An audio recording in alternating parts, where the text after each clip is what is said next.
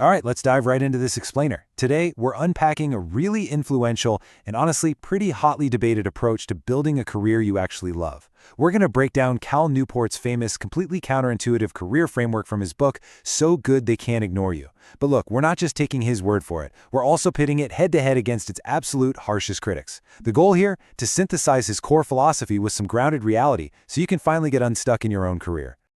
So this whole thing kicks off with a pretty legendary piece of advice from comedian Steve Martin.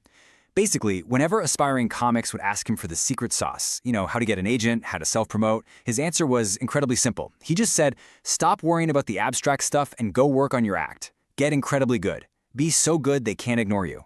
It's a quote that completely flips the modern career script, moving us away from all those networking hacks and daydreaming and shining a massive spotlight on the relentless pursuit of undeniable skill. Part 1. The passion myth. To understand how to actually build a great career, we have to tackle the biggest elephant in the room, the mandate to just follow your passion. We've all heard it a million times, right? Find what you love and you'll never work a day in your life. But honestly, it's kind of deeply flawed advice. Have you ever felt trapped in the passion mindset? It's that voice in your head constantly asking, is this job perfect for me? What is this company offering me? It's fundamentally self-centered, and frankly, it leads to a ton of chronic angst and job hopping, simply because no job is ever 100% perfect. On the flip side, we have the craftsman mindset. This is totally grounded. It flips the script to, what value can I actually offer the world? It's all about putting your head down and doing the work. Newport argues that passion isn't this magical thing you just stumble upon, it's actually a side effect of mastery. Which brings us to Part 2, Building Career Capital. Let's talk about the core mechanics of how this craftsman mindset actually creates something real in the job market. Think of career capital kind of like a bank account. The things that make a job genuinely amazing. We're talking high autonomy, creative control, a real sense of impact, and yeah, good money. Those things are rare and valuable. Well, basic economics tells us that if you want something rare and valuable, you've got to have something rare and valuable to offer in exchange. So, you literally use the skills you hone as currency to buy the career lifestyle you actually want. But, how do you actually acquire that capital? There's a step-by-step framework successful people use, and it relies heavily on deliberate practice. First off, you figure out what skills your specific market actually values. Then you clearly define what it means to be good at them. But step 4, that's where the magic really happens. Stretch and destroy. Deliberate practice isn't just showing up to work every day. It's aggressively seeking out raw, unbiased feedback to basically destroy your own flaws. It's like lifting heavy weights for your brain. It is literally supposed to feel strenuous. You add a heavy dose of patience to that, and boom, you build undeniable capital. Moving on to Part 3, Control and Mission. Okay, so once you've systematically built up those rare and valuable skills, you reach this awesome turning point where you can finally cash them in. But hold on, because navigating this transition is actually super dangerous. You can easily fall into two massive control traps. Trap number 1 is the classic mistake of seeking independence before you actually have the skills to back it up. It's like jumping out of an airplane without a parachute, suddenly quitting your job to become a freelancer when you literally have 0 clients. Trap number 2 happens when you do have the skills, but your boss fights tooth and nail against giving you freedom because, well, you're just too valuable to lose. You end up chained to your desk. So, to safely navigate this, Newport suggests testing your ideas with the law of financial viability. Before you make some massive leap for control, ask yourself, are people actually willing to pay me for this new venture? If there's no financial validation, do not make the jump. Just use little bets to test the waters first.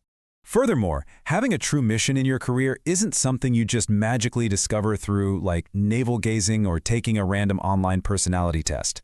Think of the adjacent possible as the view from the very top of a mountain.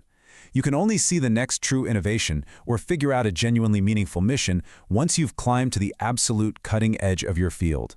By completely mastering your craft, you earn the ability to peer into that adjacent space, that area sitting just beyond current human knowledge, where the real progress is just waiting to be championed. All right, Part 4, Criticisms and Blind Spots. Okay, but before we take Newport's words as absolute gospel, let's pivot. Because when you apply this logic to the messy, real world, some pretty significant blind spots start to pop up. When critics actually took a magnifying glass to Newport's specific anecdotes, they uncovered a way more complex reality. Take the book's cautionary tale of Lisa Fuer. She's presented as this woman who supposedly quit marketing to follow a naive passion for teaching yoga and ended up on food stamps. Well, reviewers dug into this and found out she actually had decades of professional dance and movement experience, meaning she probably had way more career capital in yoga than she ever did in her casual part-time advertising gig. The timeline in the book was also super misleading, completely ignoring the broader 2008 economic context of her financial struggles. So this big cautionary tale was actually heavily cherry-picked. Critics also heavily argued that the whole framework suffers from a massive case of survivorship bias. It pretty much ignores the huge roles that luck, natural talent, and privilege play in rapid career advancement. Let's look at the book's big success story of Mike Jackson, a guy who rapidly climbed the ladder to become a director at a venture capital firm. The framework attributes his rise 100% to deliberate practice. But reviewers rightly point out, hey, wait a second, Mike had a Stanford degree, he got his interview through personal connections, and he happened to enter a booming cleantech industry that was just flush of opportunity. Was hard work part of it? Absolutely, for sure. But ignoring all those structural advantages, that makes for a pretty incomplete lesson. And then there's the incredibly steep standards set for having a valid career mission. To prove that missions are only found at the cutting edge, the book uses Pardis Sabeti as an example. Okay, she's an MIT grad, a Rhodes Scholar, an Oxford PhD, and a Harvard MD who published in the journal Nature at age 27. Critics are totally right to point out that suggesting you have to be a generational, once-in-a-lifetime genius at the absolute forefront of human knowledge just to find meaning in your work, well, it's pretty elitist. And honestly, it's deeply discouraging for the remaining 99% of us who just want to contribute something positive to the world. Reviewers even objectively tabulated the book's examples, and it revealed a really unfortunate bias. The brilliant success stories, the individuals who leverage their career capital to gain wealth and total autonomy, are overwhelmingly male. Meanwhile, the cautionary tales of naive people failing miserably because they decided to follow their passions are almost all female. Whether that was intentional or not, critics note that it really undermines the universality of the advice, and it highlights a massive blind spot in how the evidence was actually selected. Which brings us to our final section, Part 5, Crafting Your Path. So how do we actually synthesize Newport's undeniable truths with the grounded reality his critics bring to the table?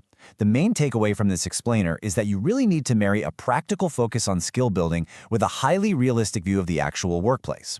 Yes, you absolutely should value deliberate practice. You should strive to become undeniable at what you do. But at the exact same time, you have to acknowledge that luck, personal connections, and market timing totally matter. If you're stuck in a toxic workplace, literally no amount of skill building is going to fix that. You just have to leave. Also, you do not need a Harvard PhD to have a mission. You can find meaning in the everyday value you provide. And as you explore new paths, always use small, financially viable little bets to test the waters, rather than making these huge blind leaps of faith. I want to leave you with one final thought to reflect on as you take control of your own career trajectory. Are you going to keep waiting around for that perfect, magical job to just reveal itself to you out of thin air?